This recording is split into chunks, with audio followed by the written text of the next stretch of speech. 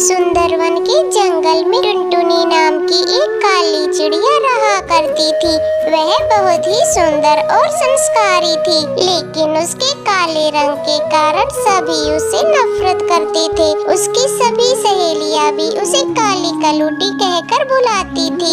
एक दिन टुनटुनी चिड़िया की माँ बाप उसकी शादी बंटी कबूतर से तय कर देते हैं, लेकिन बंटी कबूतर की माँ बबली कबूतरी टुनटुनी चिड़िया के काले रंग को देखकर अपने बेटे की शादी टुनटुनी चिड़िया से नहीं करना चाहती थी, पर मोटा दहेज देखकर बबली कबूतरी मान जाती है और इस तरह टुनटुनी चिड़िया की शादी बंटी कबूतर से हो जाती है। फिर एक दिन बबली कबूतरी टुनटुनी चिड़िया से कहती है, ए टुनटुनी चिड़िया काली कलूटी, शाम को तेरी मुँह दिखाई है तो तैयार हो जाना, मेहमानों के लिए कुछ पकवान भी बना लेना। ठीक है माँ जी, मैं सब कर लूँगी, आप टेंशन मत लीजिए।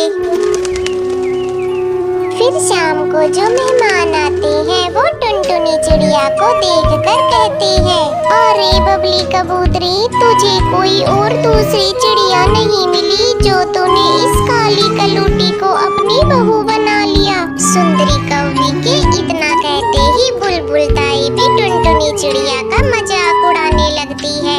अपने मेहमानों की ऐसी बातें सुनकर बबली कबूतरी को बहुत ही बुरा लगता है। कुछ दिनों के बाद वह अपने बेटे की दूसरी शादी कर देती है। टुनटुनी चिड़िया कुछ नहीं कर पाती। नई बहू बहुत ही गोरी और खूबसूरत थी। टुनटुनी चिड़िया आंसू बहाती हुई अपनी सास से कहती है,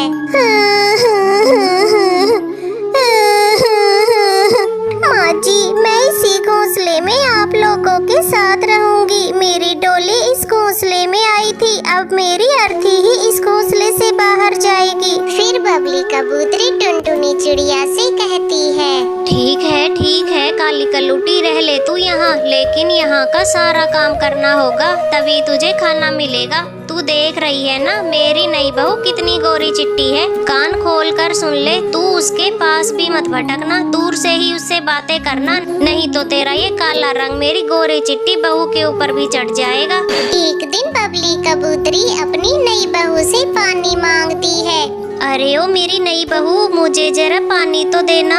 इधर नई बहू तो अपना मेकअप करने में व्यस्त थी। वह टुनटुनी चिड़िया से कहती है, ई काली कलूटी, तुम देख नहीं रही हो मैं मेकअप कर रही हूँ, जाओ और जाकर माँ जी को पानी दे दो। फिर टुनटुनी चिड़िया पानी लेकर जाती है। माँ जी, ये लीजिए पानी।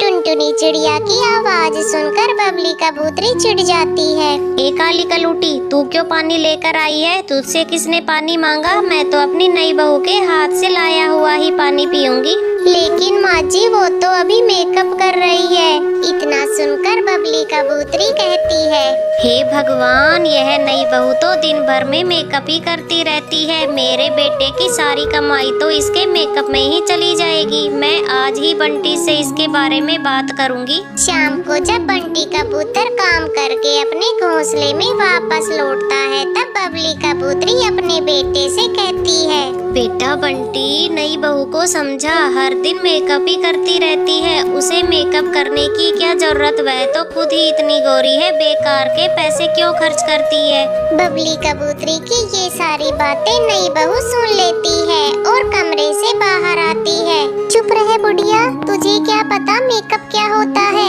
ये सब मेरा है और तेरा बेटा जो कुछ भी कमाता है उस पर मेरा और सिर्फ मेरा अधिकार है, समझी? इतना कहकर नई बहू अपनी सास को धक्का दे देती है।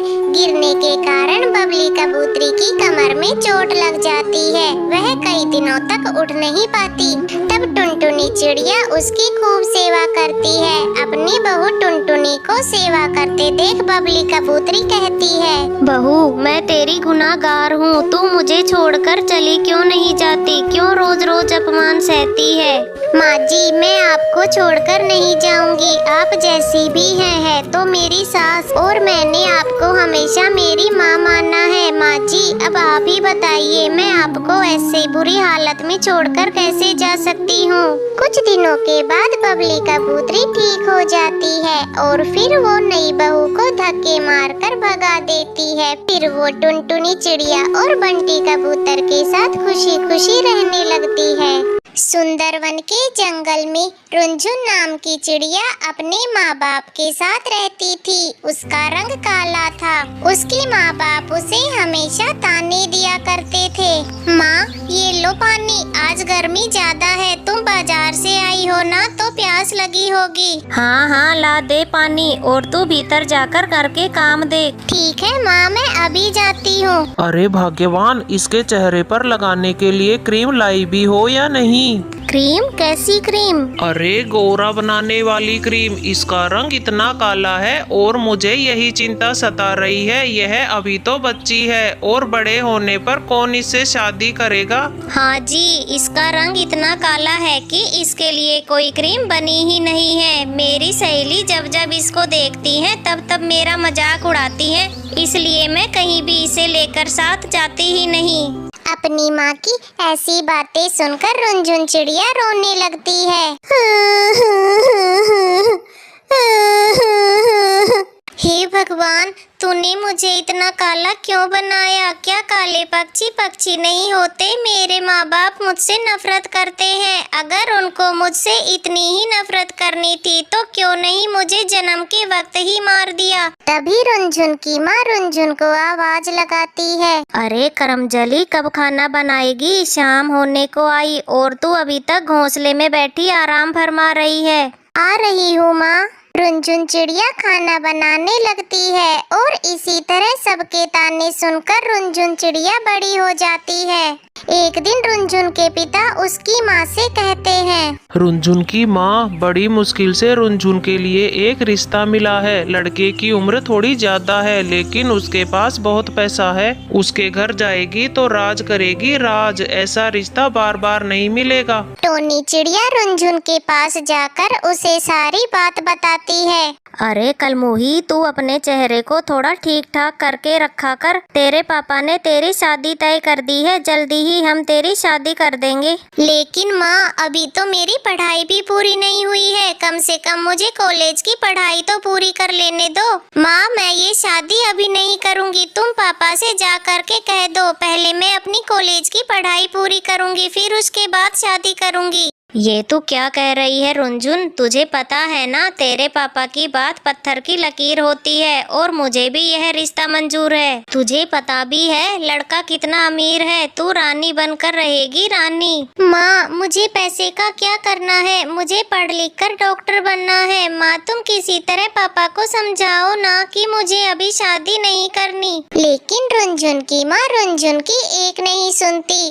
और अगले दिन लड़के वाले उसके घर आ जाते हैं। तब लड़के की माँ कहती है, बहन जी, अपनी लड़की को तो बुलाइए। अभी बुलाती हूँ बहन जी। रुनझुन, ओ रुनझुन, चाय लेकर आ। ये देखिए बहन जी, आ गई हमारी बेटी रुनझुन। ये क्या बहन जी, आपकी बेटी तो बहुत काली है। मुझे इस काली चिड़िया से अपनी बेटी की शादी नहीं करनी। माँ, मुझे काली और गोरी चिड़िया से फर्क नहीं पड़ता। मुझे तो बस पढ़ी लिखी चिड़िया चाहिए। मुझे रुनझुन पसंद है माँ। ठीक है बेटा, जब तुझे ये चिड़िया पसंद है तो हमें भी पसंद है। और फिर जल्दी ही रुनझुन चिड़िया और बंटी कबूतर की शादी तय हो जाती है। और फिर एक दिन बंटी कबूतर की बारात रुनझुन चिड़िया के घर आती है। फिर धूमधाम से बंटी कबूतर और रुनझुन चिड़िया की शादी हो जाती है और रुनझुन चिड़िया खुशी खुशी अपने ससुराल चली जाती है। प्लीज इस कहानी को लाइक, अपने दोस्तों के साथ शेयर